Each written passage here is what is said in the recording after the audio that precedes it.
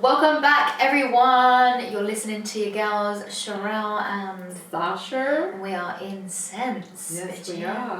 We are InSense. Literally always InSense. We are. So today, let's just get straight to it. We're going to be talking about some topics that I feel like, let's be real, a little bit uncomfortable, and like we all secretly want to speak about, but it's just like, how do I bring that up? And even with girls, I feel like it can be like, oh my god, did she just go there? And it's like, listen, so many conversations have become normalised, which it should be. Yes. But there still can be that feeling of, especially if you're not in the right friendship groups, or you may not have that kind of family environment. Or support. Yeah. I mean, these should be conversations that are talked about more often, and whether, I mean, let's see where the conversation goes with it, but whether it is periods or things that happen in sex, or just things that just feel slightly uncomfortable, whatever it is.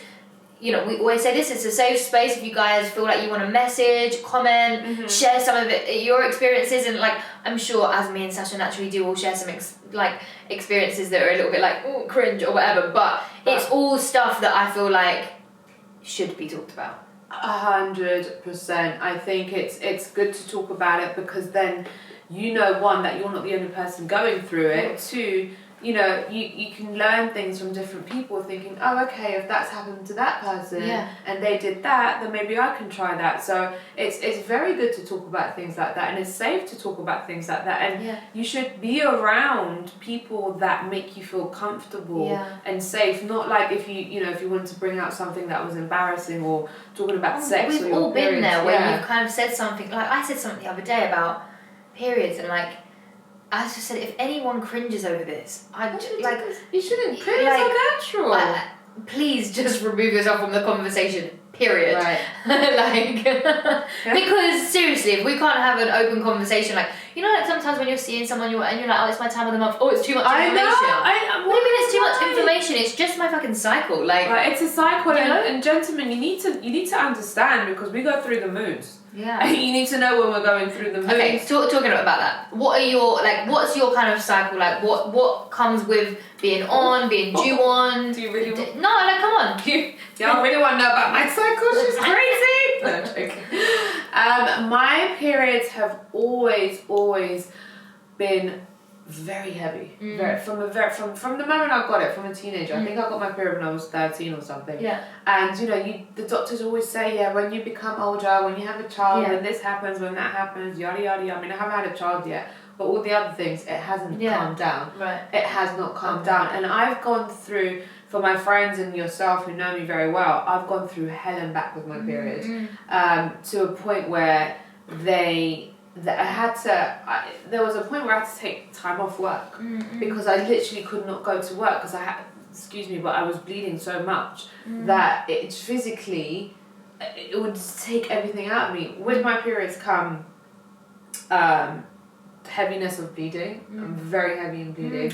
Do you know, like, did that stem anything? Like, was your mum like that? What? My mum had heavy periods, but I think hers calmed down. I don't know where it stems from, and I've tried to research it, and I've tried to, like, you know, that I've got a friend of mine as well that I used to work with, Vagina. She's a period coach. She's amazing. I even spoke to her, and there's some tips that she gave me, and watching what we eat, and you know, what we do during our cycle, which I think is super important. Fine.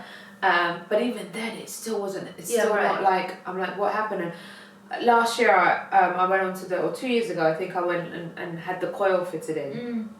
And I remember the woman saying to me, because I don't like anything hormonal, I said I want the copper coil, because I think it's important to not have anything hormonal, anything going on. So when I had that, she said, you know, it could double up. So in my head, I was like, can't double up more than this. Oh my god, I think at one stage I thought I was dying. I'm not joking. I literally thought I was dying. I was bleeding so much.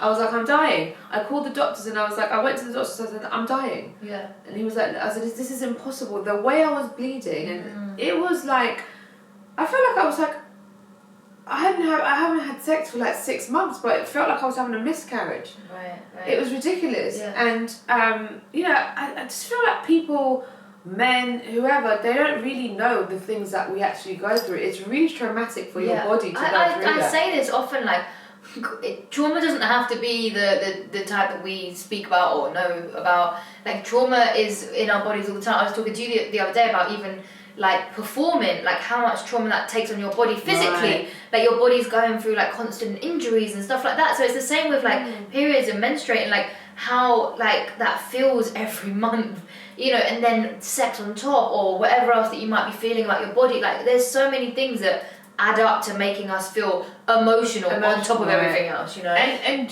exactly that. And on top of that, I mean, I'm sure you. We'll get onto your period in a minute, but I know you don't have as heavy periods as I do. But one thing that we all go through as women throughout the whole cycle is the lead up to it. The lead up of tender boobs. Yeah. Of tiredness, fatigueness, like oh god, cravings. Like sometimes I'm like, do I need a pregnancy test? Because why am I like going through 19 packets of crisps right now? Like I'm literally like, this isn't normal. And I will always I can always tell you like what day on my packet I'm on of my pill, because it's always the week before. Do you know like most people sometimes have like when they're on? No, mine's like 4 days before. Yeah, I want always. to eat shite. And that's when I'm heavy as well. Actually, when I'm on my period, I'm all right. I know you experience it slightly different because of the bleeding, but for me, it's after day one anyway. Right. After day one of my period, I'm like, whoo, yes, finally, I'm fine. How do you deal with your periods, CJ? Because I know they're completely different. Yeah, like really different. I feel so. My experience with periods and stuff was like just a bit traumatic in my earlier years because. So you did go through. Not so much with my periods, but so I didn't have periods like. What do you mean you didn't have periods? I have polycystic ovaries, and this is something that's like a whole conversation in itself. But I just was irregular, and obviously I'd heard my mum and my aunts and stuff because it's like a lot of it is hereditary, and how they would have so many problems and things with everything, whether that was miscarriages or you know they had to get hysterectomy.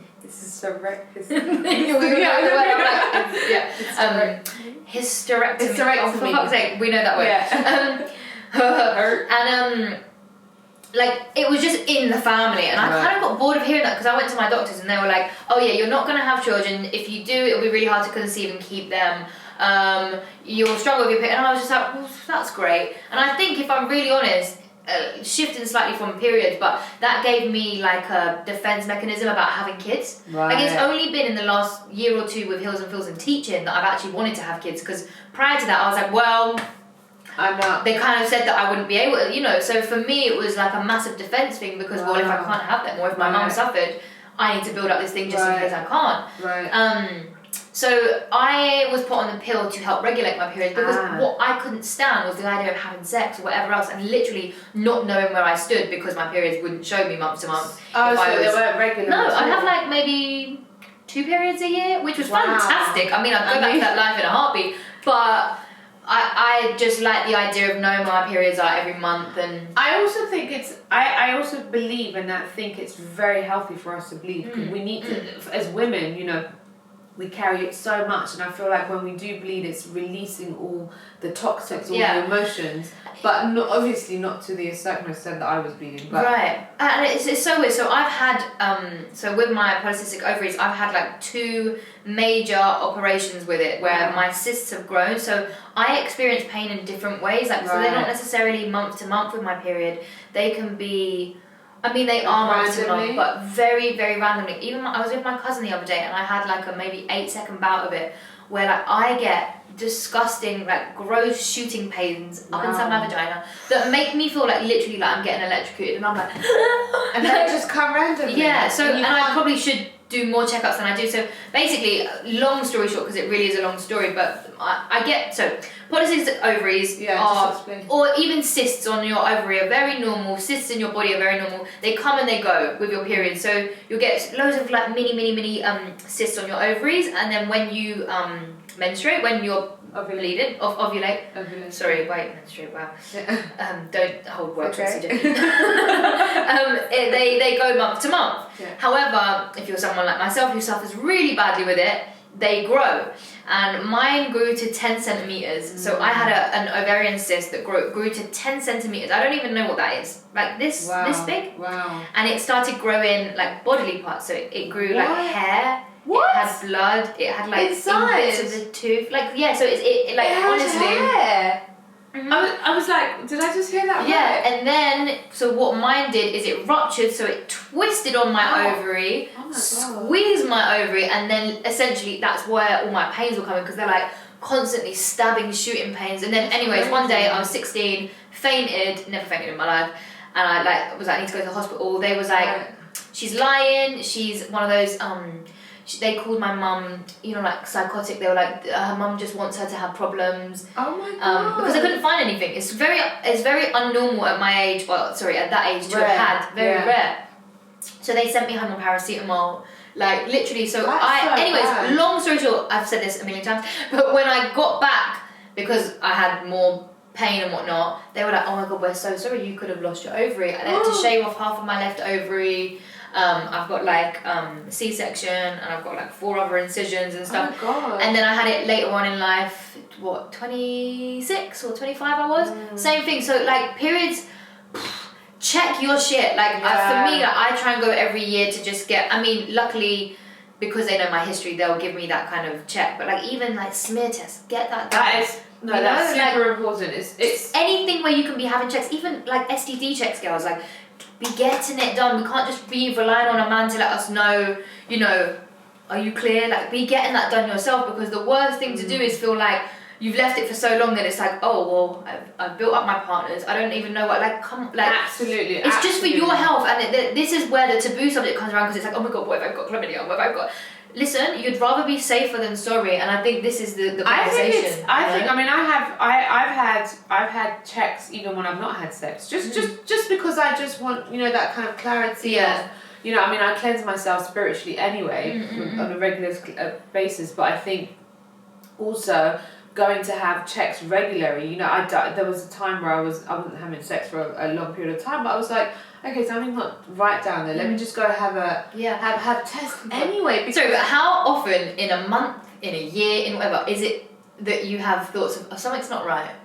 Like, and it's not even like, it's not anything that's like alarming, like, oh my god, I'm dying. No, but like you need to... something, whether it's like people suffer with BV or thrush and stuff. Like, I actually, do you know what, I was saying this to my cousin the other day, like, I've not had thrush before, and I know it's something that's so spoken about. No, it's I know. So common. So common, and I hadn't. But never had thrush. No, or not that I'm aware of, that I'm like, oh my god, that time that I had thrush. No. That's such a... But like, I suffer with like different things. Lucky. Like, listen, you have different stages of like discharge, and like not knowing, like, is this normal? Is this something? Do you know what I mean? Like, I feel like discharge is a form of thrush in its own right.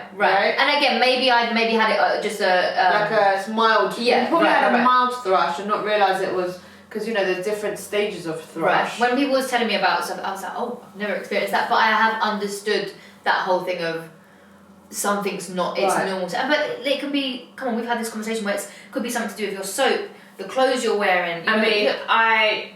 I will openly admit I've had thrush and BV, and you know yourself, I'm actually one of the most hygienic people. Yeah. I have 2 showers a day. It's got nothing to do the type of... I know, it's got nothing to do with your hygiene sometimes, having these problems. It's a very common thing in women, especially BV, and it's BV is something that we don't talk about often. And when you say BV, girls are embarrassed to admit it. It's when your pH balance is unbalanced and you have too much acid, and you get BV. What is that? If you know, I know. We're not doctors. We're just speaking from a female perspective, because I know that there's people out there that's like, oh, I don't want to seek medical. I just want to hear another woman speak about it. So that's PS. Why we're doing this. But like, why, or for you, or I don't know. Do you feel like that comes about? Like, have you ever noticed it's because of a diet or because of a different sexual partner? It was coming a lot. Definitely when I got the coil, it was oh my god. It got to a point where I was actually like embarrassed. Right. There was a point that I was like embarrassed. I'm not gonna lie, I was embarrassed because I was like because BV has a very offensive smell. Okay, you feel offended because you're like, that cannot be me. Yeah. That cannot be me. I know how clean I am. Yeah. That really cannot be me. And it's happened during sex as well. My BV has come up during sex because I don't know. Let's say I've been the acid of a condom, or my ex-partner's, sorry to say, but the sperm, the cum, whatever. that's also, it can also affect so many things can affect it. And I don't know how to put this in like a nice way, but like, yeah, sometimes your pH balance with another partner is just off. It's off. And I've experienced that because I'm the same as you. Like, I would have sex with someone like 6 years and be like, I've never ever smelled anything ever. Like, I'm fine, I feel comfortable, and then I'll have sex maybe with one person in another, and I'm like, is it me? Is it I mean, we've all been there when you're in the middle of sex and you're like, where is that smell coming from? Because you're thinking, that's but it's not talked about. You don't talk about it, and it's just like, and you're dying stress. in that moment, you've lost me. I'm not committed to the sex. Yeah. I can't. I'm that person, like, period, whether I fucking love head or not, you're not going down. Like, even if I know, listen, I've had a shower right before you've come here. Yeah. I just feel uncomfortable because maybe like the last few days I've been feeling a bit like it's a very, for me, that's a personal space, right? Yeah. It's a really private and personal space. So if anything like a head or anything's gonna go near there, I need to know it's cleansed spiritually, physically, everything, right? And if you know that, if I know that there's something's been off or whatever, I just can't have sex generally. What about like bringing things up with partners, whether that's like stuff like that or I think it's important to talk about these things with your partner, because in that way you won't get embarrassed if it does occur during sex. Then you know it's nothing to do with your person, and your partner should know you well enough. And I feel like if you're brave enough to sleep with someone, you should be brave enough to speak about these things. And it's so, because ultimately, let's be real, when you're speaking to someone, it's the connection first, the chemistry, and then you're not thinking about the serious stuff. You're not thinking of, I'm getting more. Maybe sometimes, but you're not thinking about those deep things, and you're excited, you're caught up in the moment, and it's only when you go, excuse me, have you had a test recently? And I'm like, but we've just had sex. No. These are the kind of things that conversation is definitely. But let's be real, Sash, how many people are actually having that conversation before having sex? I know that, standardly, me and you might be the kind of people that do, but like 9 times out of 10, even growing up, I wasn't having conversations about the whereabouts and the who's and are you still sleeping with other people. Let's be real. No, actually, people are having sex without even knowing where they stand with each other. My man can be sleeping with 19 girls for all I know. I don't know. Are we even having the conversation? Does having the conversation even mean that you're gonna not? Do you know what I mean? So it's really hard to. It's a hard one to gauge, because I've been in a situation where majority of the time I have the conversation before, but there has been situations where I haven't had the conversation, and like you said, you've been in the moment, you've had sex. Sorry, can I just cut in? I've had people that have said, but like I know you're cool. I'm like, no, you don't. No, we can't use that one like about condoms and stuff. No, but I know you. No, you don't. You don't. And this is what scares me, because I'm like, how many people are you saying that to? Yeah, where you're like, no, I know he's decent. No, I know she's decent. But I can talk to someone every single day. You can call me every day. I don't know what you're doing after you call me. Right. I have no idea what you're doing. I don't know where you've been.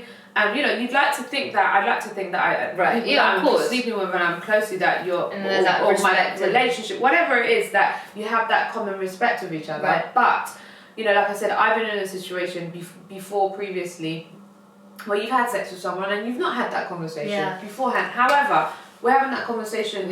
Either he's brought it up or I've brought it up straight away, and it's not an uncomfortable thing. I've had a test. If you had a test, if someone feels like they don't believe me, I'll show you the paper. Right. Like that happened quite recently. Like someone was just like, "Oh, see, like when's the last time you got checked?" And I literally had been checked maybe 3 weeks before. So I was like, "I'm you good." You can show them that. And I was like, "Listen, I could show you." And I screenshot it straight away, and I was like, "This."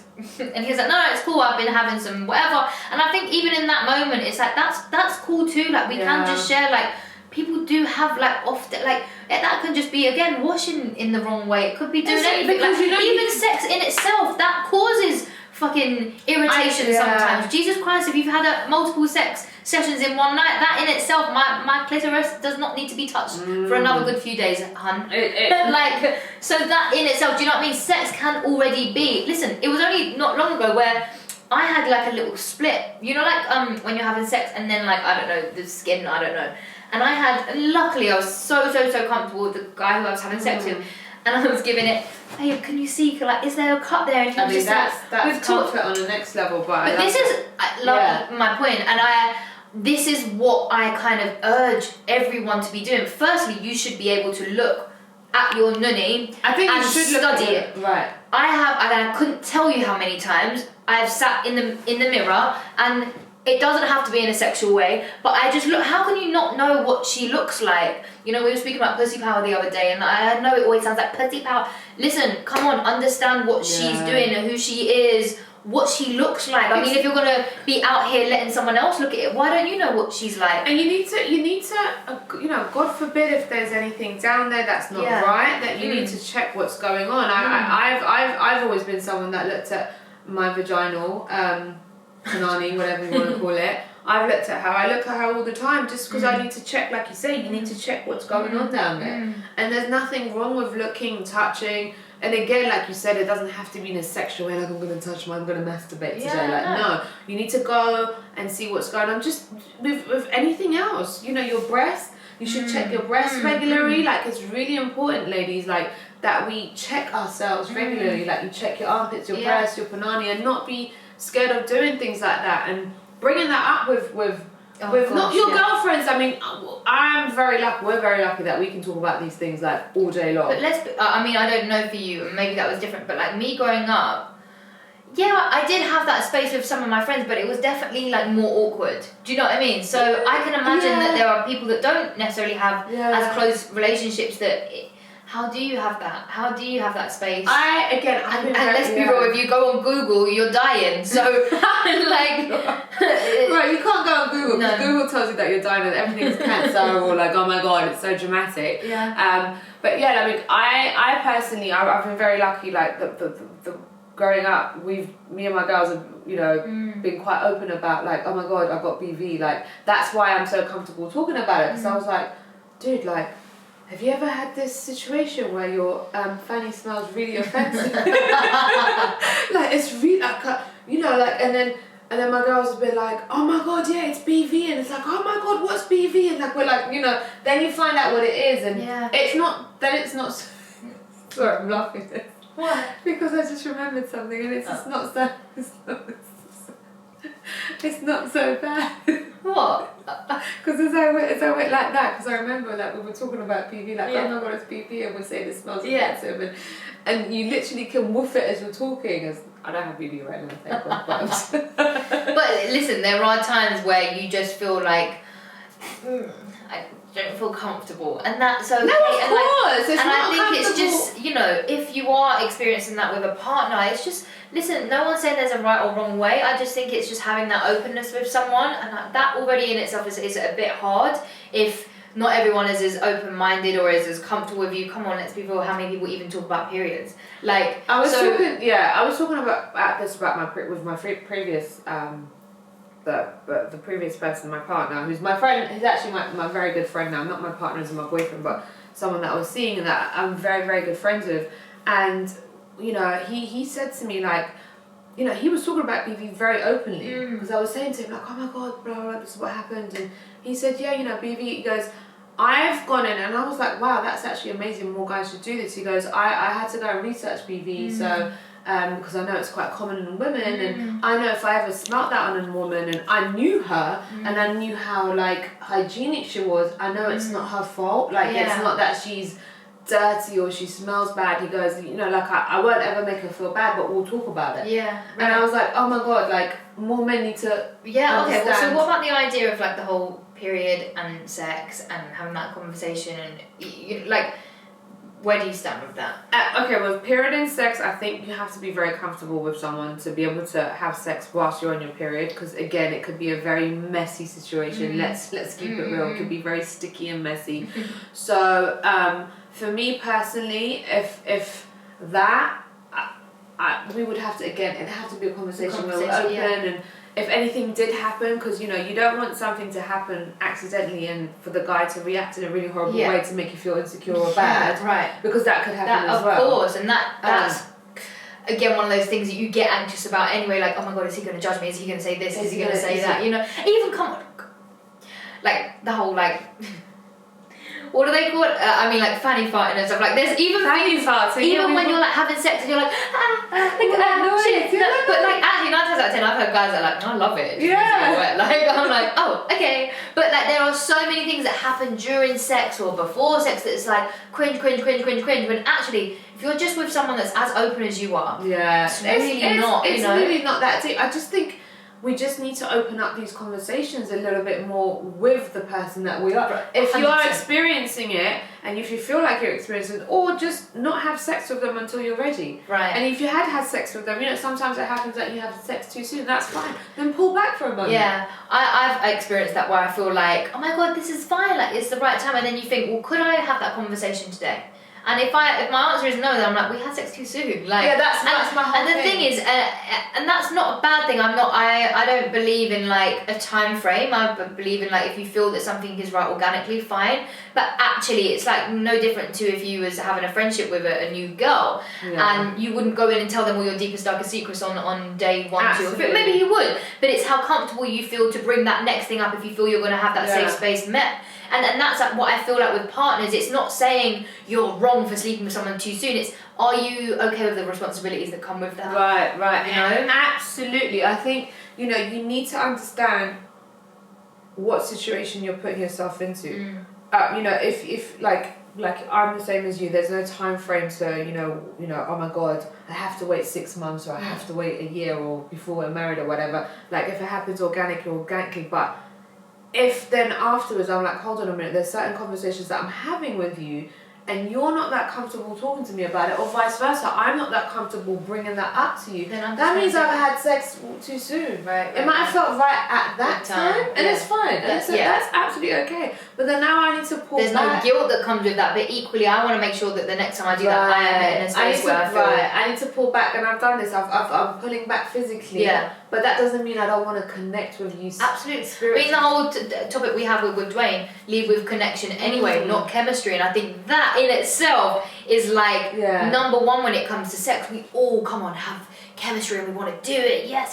But it's like the comfortability, the actual connection you have with someone. Are you going to be okay having that conversation? Like, I actually like having sex on my period. I mean, it's not every day I would want to, because it is one of those... I think it's for women, it's when we are at our peak, the aphrodisiac within us. I literally feel like more horny than I ever have done before. But sometimes you're right, like I also feel sensitive with it, so I couldn't necessarily do that with someone that's not in understanding of my emotions, because it's like I'm like literally half and half. I'm like half like, raw, I want to eat you alive, and then the other half is like, but I feel really sensitive and I need this space nurtured.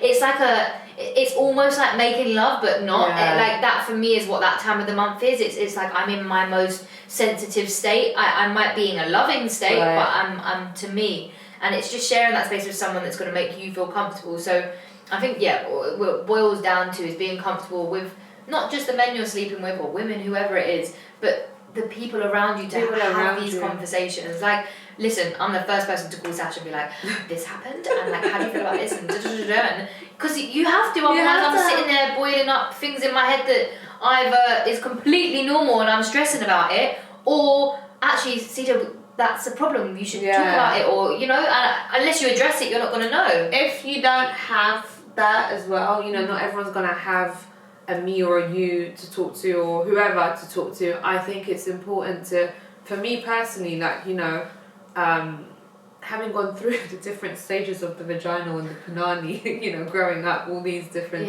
things that happen to it, I think it's also very important that we're able to have a conversation with it ourselves. And when I say that, it's like, you don't have to go, hey Fanny, how you doing this morning? But literally understand this area, understand that this is sacred.